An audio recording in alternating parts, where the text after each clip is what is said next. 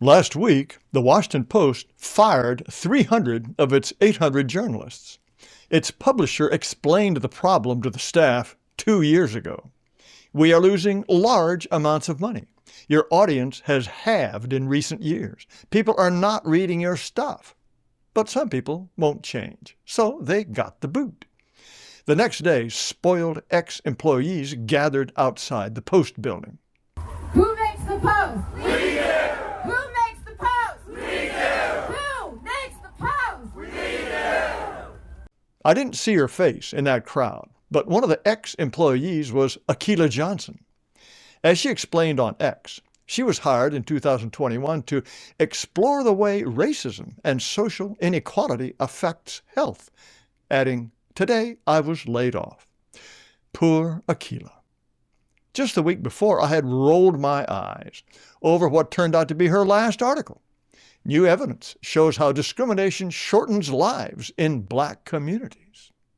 We learned that a biological marker bolsters the weathering hypothesis that links systemic racism to health disparities. A biological marker? Wow. Systemic racism. That's the kind no one can see or define, changes the biology of Blacks, and they weather, just like a piece of wood left out in the cruel elements. Well, it's been known for at least a decade that two proteins in the blood, interleukin-6 and C-reactive protein, are associated with stress and inflammation and can build up in the body over time. High levels are associated with bad health and early death.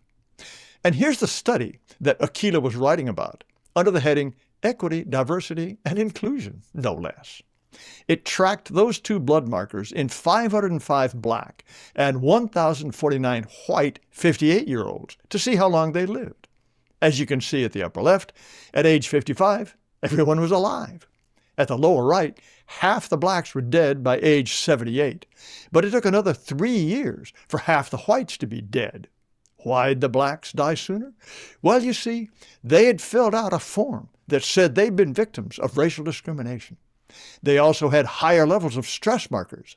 Systemic racism had weathered them and ground them down right into the grave. Now, if you're comparing Blacks and whites, wouldn't you want to compare similar populations? Control for income, health habits, education, chronic diseases, marital status, etc. Nope. In fact, as this table shows, 22% of the Blacks had incomes of less than $20,000, which was 3 times more likely than the 7.5% of poor whites. As for incomes of $140,000 or more, at 17.3%, whites were 14 times more likely than Blacks to have incomes that high. Education was the same. Vast differences between whites and Blacks. The reasoning in this so-called study is that those differences, and anything else you can think of, are due to racism, because Blacks suffer from elevated exposure to chronic stress resulting from systemic and explicit discrimination across generations. Those stress markers have been building up since the Middle Passage. But Akila worried in her Post article that the study missed a lot of Black agony because it asked only about major traumas and overt discrimination. It didn't even consider microaggressions, routine slights, code switching, and the constant effort to adjust speech or behavior to fit into predominantly white workspaces. Well, even the Post's readers weren't buying it. How about other factors? Assuming it's due to racism is a leap. The problems the Black community deals with are of their own making for the most part. Ridiculously broad claims by ideological academics without any critical analysis whatsoever. Other commenters pointed out that if Black people are dying of stress, it's probably from living around each other. Neither the commenters nor poor Akila seem to know or care that, as you can see in the 2 bottom columns, both Asians and Hispanics live longer than whites. If racism and white people are the problem, how do these two oppressed groups manage to outlive their oppressors? Hispanics especially. They are twice as likely as whites to be poor and 3 times more likely not to have medical insurance.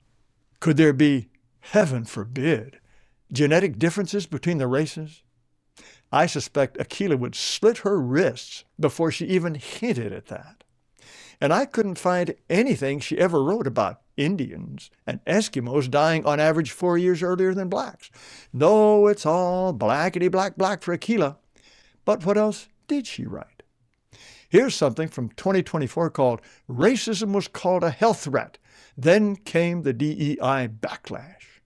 Akilah had been so pleased that after George Floyd went to glory, CDC Director Rochelle Walensky officially declared that racism is a threat to public health. The grant money began to roll down like mighty waters. But then racists attacked DEI, and the waters became less mighty. The stakes are especially stark with health care, Akilah wrote, because centuries of inequities yield life or death consequences. Akilah did some courageous reporting. This anti-DEI movement creates a climate of fear, said Chandra L. Ford, founding director of the Center for the Study of Racism, Social Justice, and Health. But you'll be relieved to know that Chandra survived the climate of fear, and on her very own webpage you will learn a dynamic and in-demand speaker, teacher, and author. Ford's contributions to public scholarship are profound. But back to the study that proved white racism shortens black lives. Here are the funding sources. All are federal agencies. You pay for this stuff. All these grants were initiated under previous management. And let's hope new management cleans house. Which could be bad news for the lead author of the study, Isaiah Spears, who is a doctoral student at Washington University in St. Louis. Let's hope he's got more tricks up his sleeve than hunting for imaginary racism. The whole sorry story is one of contemptible white capitulation. White people pay taxes for grants to study how white people are mysteriously killing off black people. White people hire the blacks to do this so-called research. White people hired the black so-called journalist to write a puff piece about the so-called research. And she quotes Chandra Ford, whose contributions to scholarship are profound. Well, Chandra is also with the Kaiser Permanente Center for Health Equity, which is all about eliminating disparities in incidence, prevalence, mortality, and burden of disease experienced by disadvantaged and underserved populations. Kaiser Health Plan members pay for this. We can't just cure disease. Instead, we've got to fret about blacks and worry about how awful we are, even though Hispanics and Asians live longer than we do. Donald Trump was supposed to end this farce. 1 year in, he's made a start. But this is what it's been like for decades. And if the other side takes over, it will be a lot worse.